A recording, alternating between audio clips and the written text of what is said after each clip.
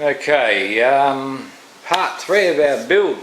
Here we have our donor leg, an old 15 horsepower Suzuki. The power head was absolutely knackered on it. So that got removed, and we chopped a bit of the crank that we needed that had the spline bit to slip over the gearbox input shaft there. And once we got that and some nuts and bolts, because they're all stainless, the rest went in the bin. You can still see it's got the throttle cables hanging out of it there. Of course, we'll be getting rid of that, and they will become the electrical cables of our controller we're going to put up there. Now, like I said, the gearbox does have a reduction. I haven't measured what that reduction is, but we should actually probably do that now. Find myself a white marker pen.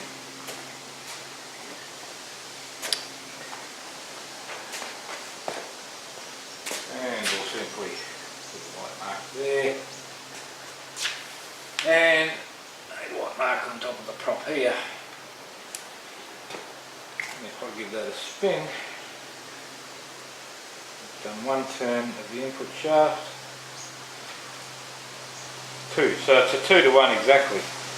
Now our motor that we made is very low RPM, so now that propeller is going to be half the RPM the motor is doing. So and even at idles, we were probably looking at about, with a 2-cylinder 2-stroke, around 800 to 1000 RPM on idles. And when you put a 15 horsepower in gear on a little tinny, it will idle along quite nicely and reasonably quick. Of course, not up on the plane or that, we're not looking at that. Don't want to get up on the plane, and we won't be with these small electric motors we're using, but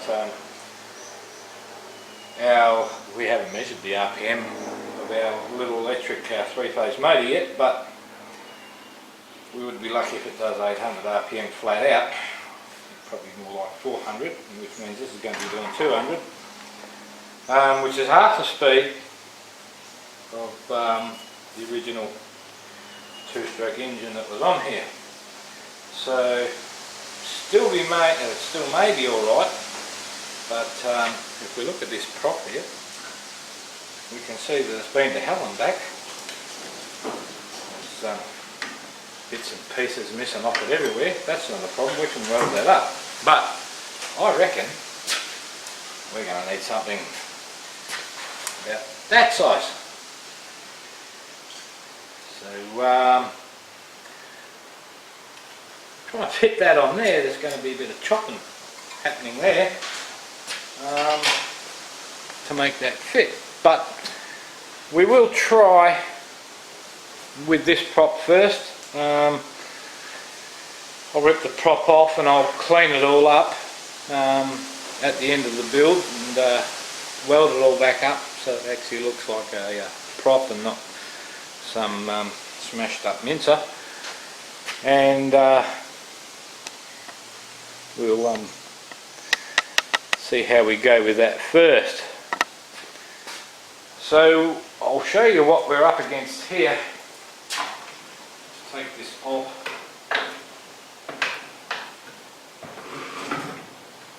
And we'll put him down over here.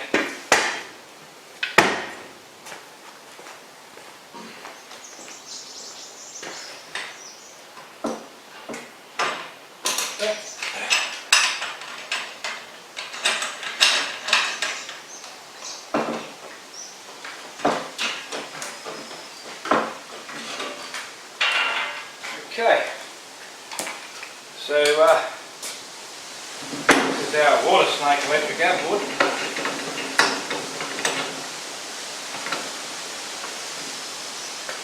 As we have it here, 12 volter.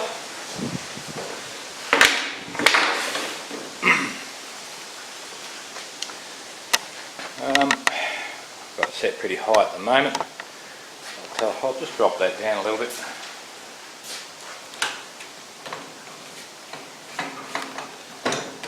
So So, okay.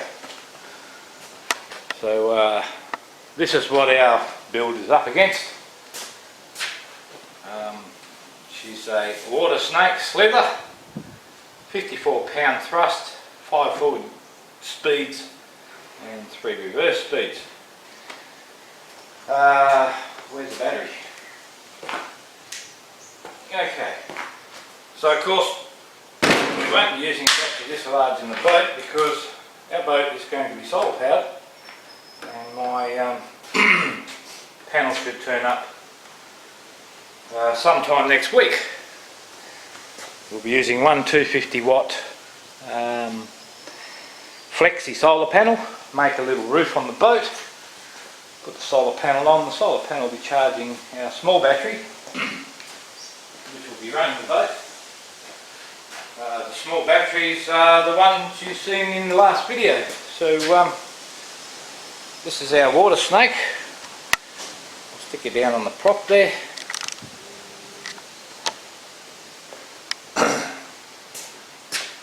And that is our first speed forward. Actually what I should do is measure the RPM on that. I'll dig out my RPM meter and we'll come back, see how many revs this thing actually does. Right, so we've got our bit of reflective tape here on the top blade, and we're going to check our RPMs. This is the lowest speed forward.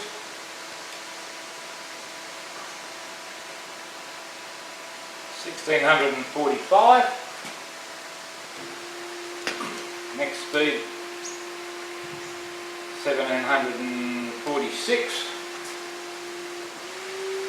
Next speed 1,929. Speed number 4. Not much difference, 1966. And number 5, this is flat out, 2056. So that's what that little rocket's doing, and that is what our homemade build is up against, our little water snake electric outboard. Alright, I'll chuck the other leg back on and let's get on with the build. Alrighty, so got the spline all machined and welded on to our shaft there, and you'll see here we use some automotive body filler to cover up all those wires on that. So now this will switch on here. So sit up pretty high, but such is life, I guess. Of course our rotor goes on top. That's better.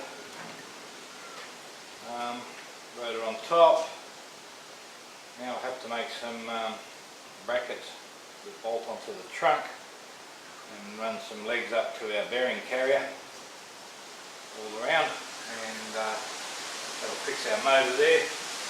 Probably a good thing it's a bit high, gets the weight in the water a bit more. But so far so good. We're looking alright. So next bit of the video we'll come back and have a look at this all mounted up. Ready for a bit of a spin. Okay, so our outboard is basically done. We've made our carrier up for our bearing housing. Motor's on, straighten the flywheel up reasonably well. And so here we have it. We'll give it a little kick in the gut. And that's what happens if you try and start it slowly. It doesn't kick into phase unless you give it a bit more, and then you see it grabs. Then we can slow it down.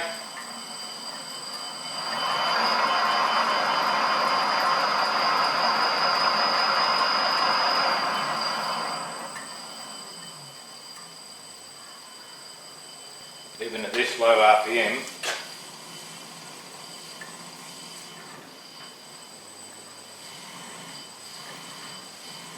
It's got a fair bit of torque.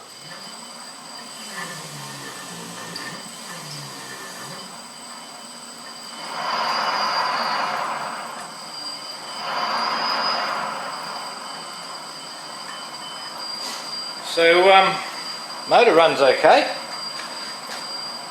Problem is RPM. So there's our propeller.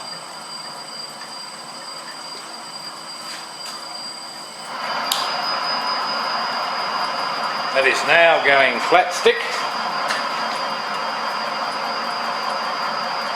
So not very exciting.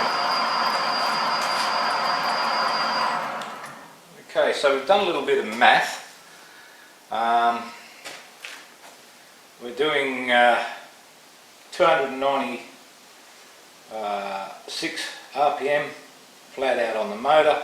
It's a 2-to-1 reduction. This gives us 148 RPM at the propeller.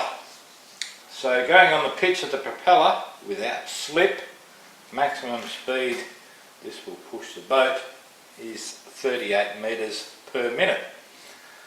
Doing the same calculation with our electric thruster motor, our water snake, that will do 51 metres per minute without slip.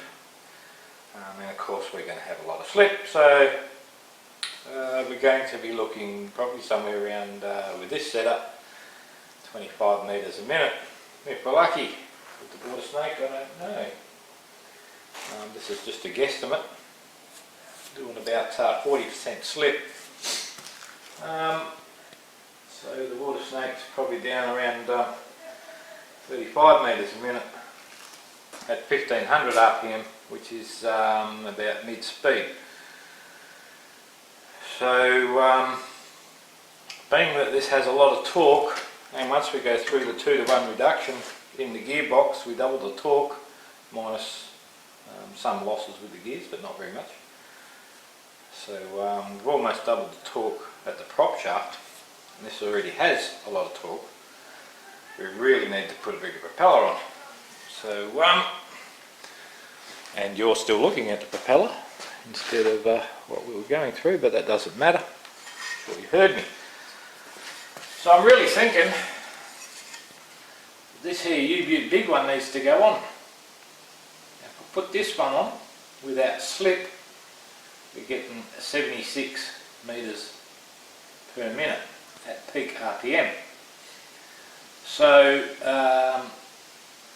taking into account slip, we will probably be up around near the same speed as what the water snake would do, and that would be a whole lot better for us to get a good comparison.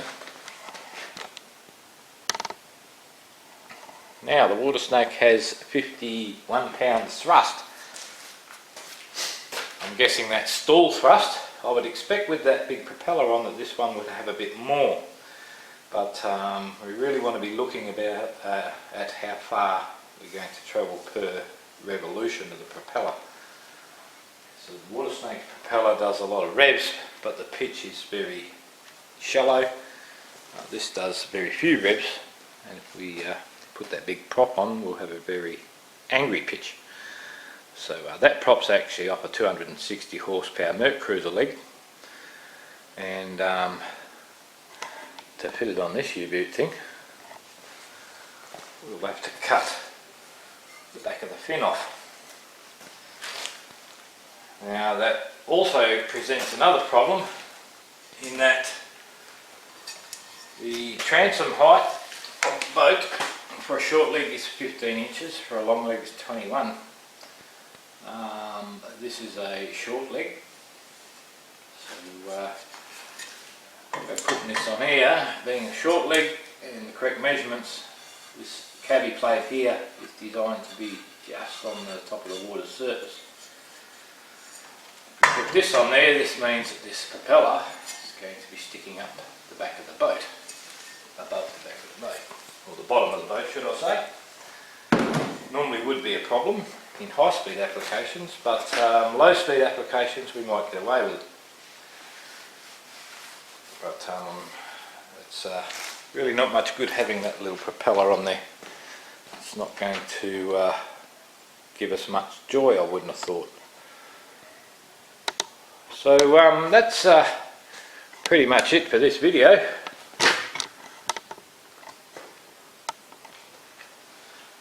We've basically completed our outboard. All I have to do is just mount the electronics in a nice little watertight box there, so I can get to the speed controller quite easily, and we're pretty much well ready to go.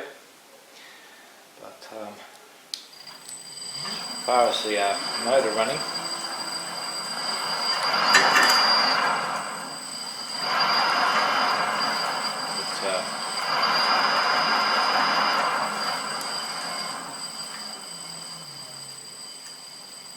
runs very nicely.